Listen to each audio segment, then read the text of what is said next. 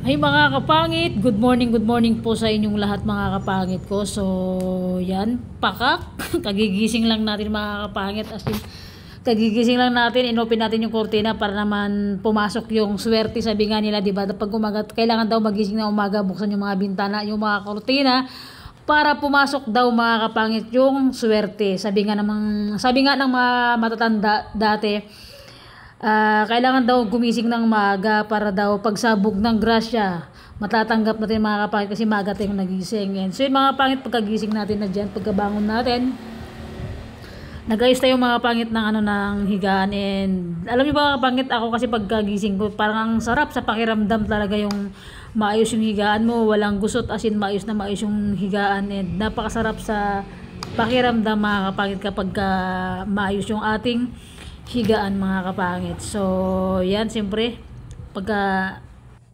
kayo ba mga kapangit, ano bang ginagawa nyo pagkagising? Ako kasi ito yung ginagawa ko pagkagising.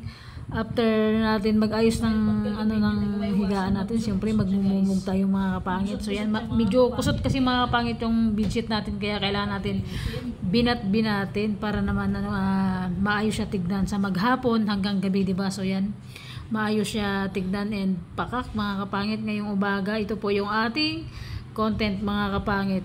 Good morning po sa inyong lahat, sa mga OFW natin dyan na sa ibang bansa na nagkakape pa lang or nag-aalmusal, nagdi-dinner, nananghalian, or ano man yung ginagawa nyo. And sa lahat ng viewers natin dito sa Pilipinas, sabayan nyo po akong magbinat-binat. Hindi pala mga kapangit, sabayan nyo akong magkape. At so yun mga kapangit, so yan, ayos na natin yung ating higaan.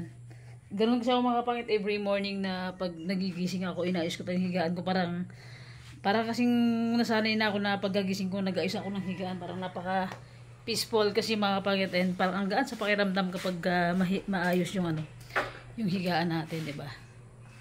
So yan, ayos tayo and labas na tayo mga kapangit. Labas na tayo mga kapangit. Magmumug muna tayo.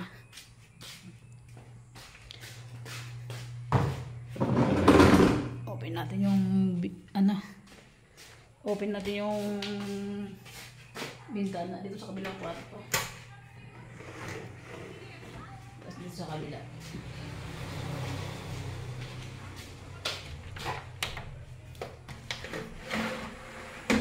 Okay.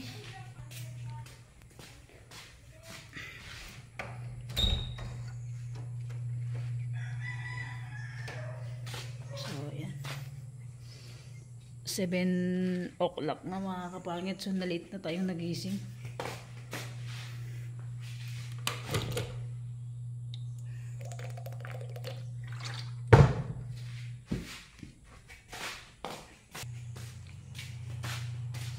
Mga kapangit, lagyan tayong maruming damit. Ngayon natin dyan. Hindi magulo-gulo pa yung ating lamisa. Ito na mga kapangit, sinasarado ko lang to kasi wala pa tayong pintuan dito sa kaya hinaharangan natin ng plywood, pero safety naman mga kapangit. So dapat yung ating siya.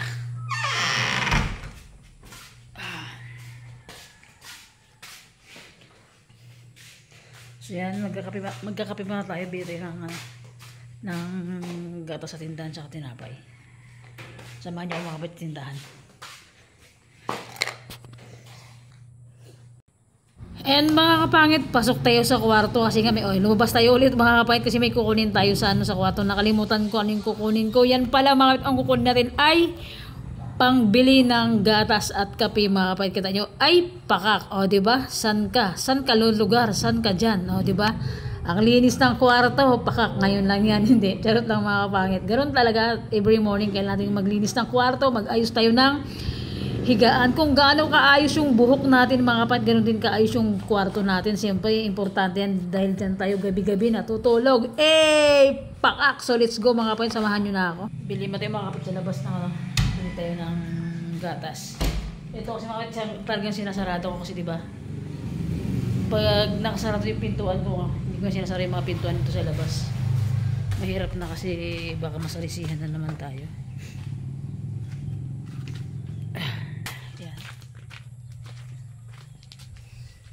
Dito ay Nilagyan ko mga kapangit ng harang yung pintuan misa sa kayong upuan kasi nga andito yung motor natin, oh.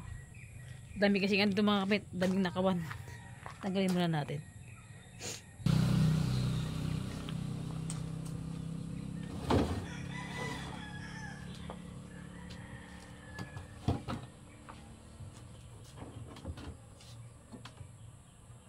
Grabe ka high-tech yung ating ano, isa.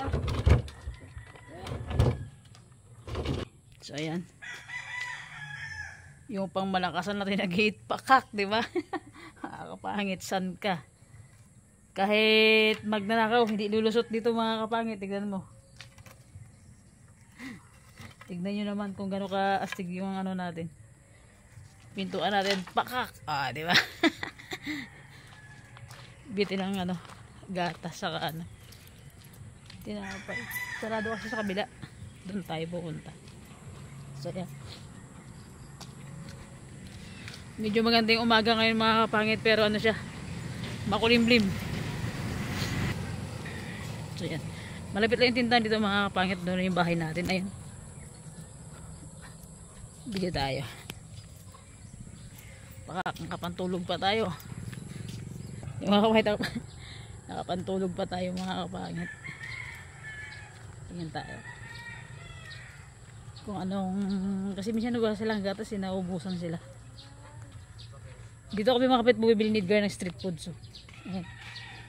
Malapit lang sa bahay. Pakak. So, tingin tayo ng ano, tinapay nila.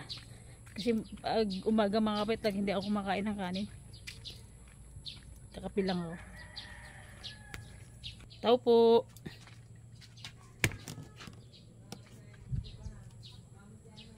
Tao po.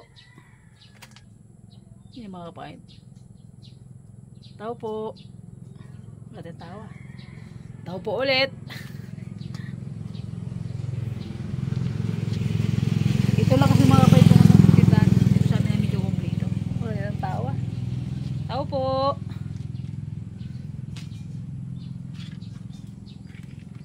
Nako, mga kapangit, walang tao yung tindahan nila. Pwede nang nakawan to.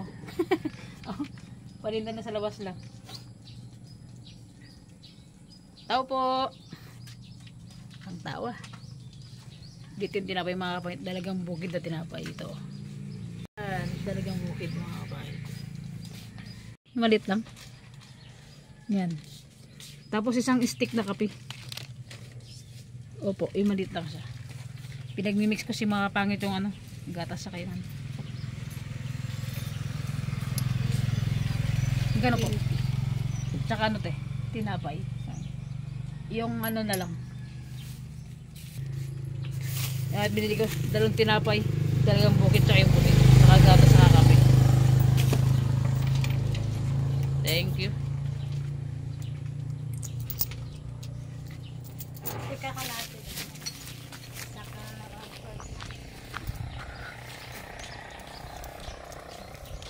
Lakas makadiet mga kapatid pag hindi tayo nag-rest pag umaga. Pero pag may ano tayo, mukbang, pakak, di ba? So, isa yung buhok natin. Wait lang, isa natin. Gulo eh. Pati lilipad eh. Yan. Pabalik na tayo. Para makita nyo mga pangit yung view dito sa ano, sa area namin. Pila. Yung bahay.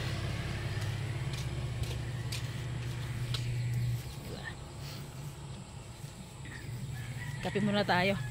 Mamaya na ako kumain ng kanin mamayang anong mga kapangit. Panghalian. Laki ng lig ng damit ko eh. Tinapay, kape, gatas. Sold na yung umagahan natin dito mga kapangit. Diba? Hey! Good morning sa inyong lahat mga kapangit ko. Pakak. Samahan nyo ako magkape ngayong umaga. Dito tayo magkape sa labas. Dito. Init lang ako ng tubig. Nilagyan ko na ng ano, ng asukal. Lagyan natin ng ano, gatas sa kape. Ang sarap yung ipag-mix itong gatas sa yung kape.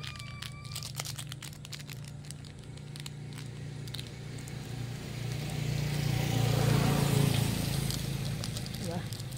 Buong isang stick na kape mga kapit nilagay natin. And gatas. Miming! Itong gatas mga. Dito naman tayo dito tayo sa labas, magkape para naman makita nyo makakapangit yung view natin dito sa labas. So yan, simpleng umagahan lang mga kapangit. Solved na tayo, and mamayang gabi ay mamayang tanghali tayo kakain ng rice. Takurin natin na maputi pero pagdating sa hawakan, pakak. Diba?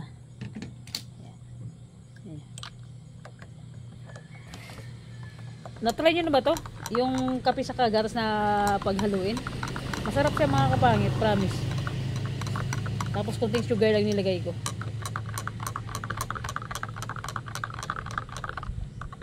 Grabe yung baso natin, no? Pang malakihan. Yan yung mga kapangit. Pakak, di ba? And yung tinapay natin. Itong dalagang bukid mga kapait, masarap talaga siya, ano? Masarap talaga siya isaw-saw sa tinapay.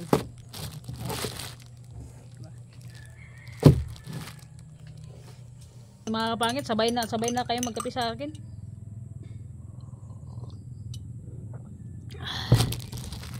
Ito yung masarap na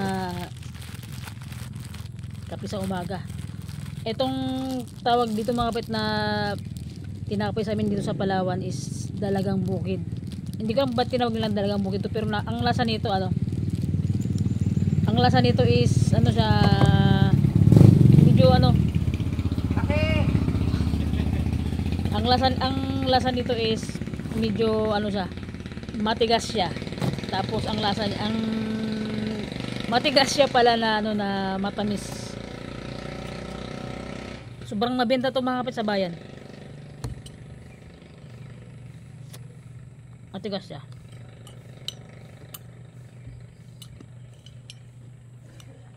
Tapos isasaw-saw natin sa kape.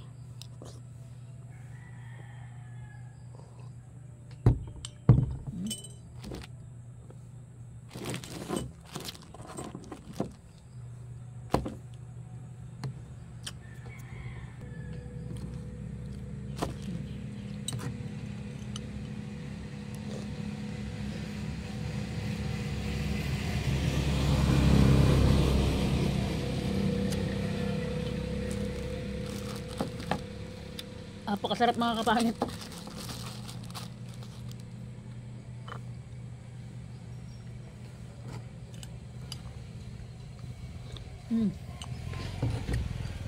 Dabis kasi sa isaw-saw sa tinapay.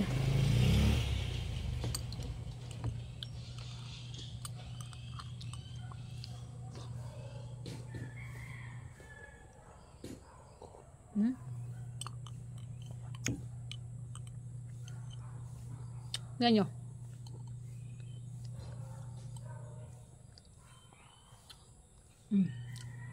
Ba?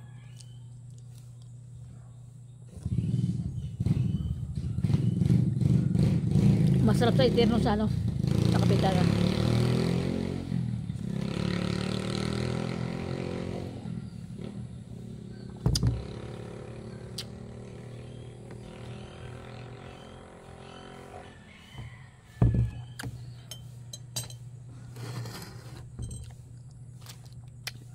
Napakasarap. So itong white mga kapangit, tikman natin. Matigas din to siya. Talaga mga kapit, umaga-umaga ito yung ginagawa ko, magkakape, tinapay. So yan, samahan nyo ako ngayon mga kapangit, magkape. Kape tayo. Kape lang pala, walang tayo. Pakak! Hey! Ito sobrang tigas mga kapit. Ibato ko sa mukha ko. Buo pa din. Sausaw natin. Ay hindi ba sausaw. Sobrang laki. Oh, di ba napakatigas?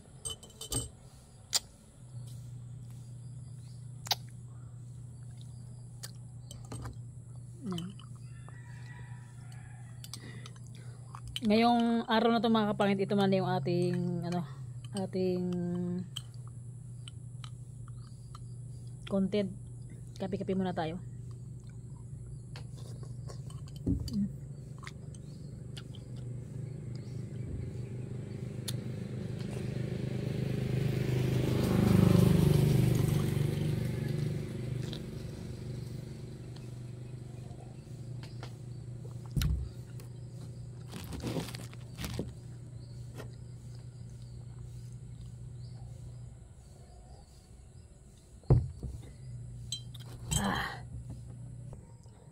So yun mga kapangit, thank you for watching. Salamat po sa pagsama sa akin ngayong umaga sa pagkape natin mga kapangit, and God bless always sa inyong lahat, and big shout out sa inyong lahat. So yun mga kapangit, yung nag-comment sa TikTok, sa upload ko kagabi na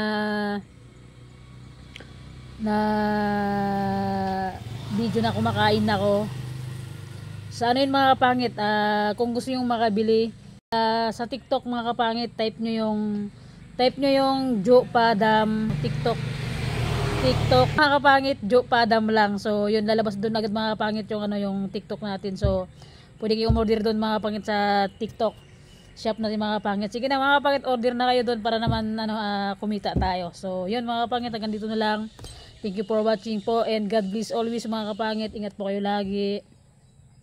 Kung nasaan man kayo ngayon sa sulok ng mundo mga kapangit, sa Pilipinas man kayo or sa ibang bansa, God bless always sa inyo mga kapangit, and bye bye mga kapangit. See you. Salamat po sa pagsama nyo ngayong umaga sa akin sa pagkape natin. So yan, para naman mga kapangit, may update ako sa inyo araw-araw. So bye bye mga kapangit. Salamat sa mga solid na sumusuporta, sa mga always na nanonood ng vlog natin. Bye bye po.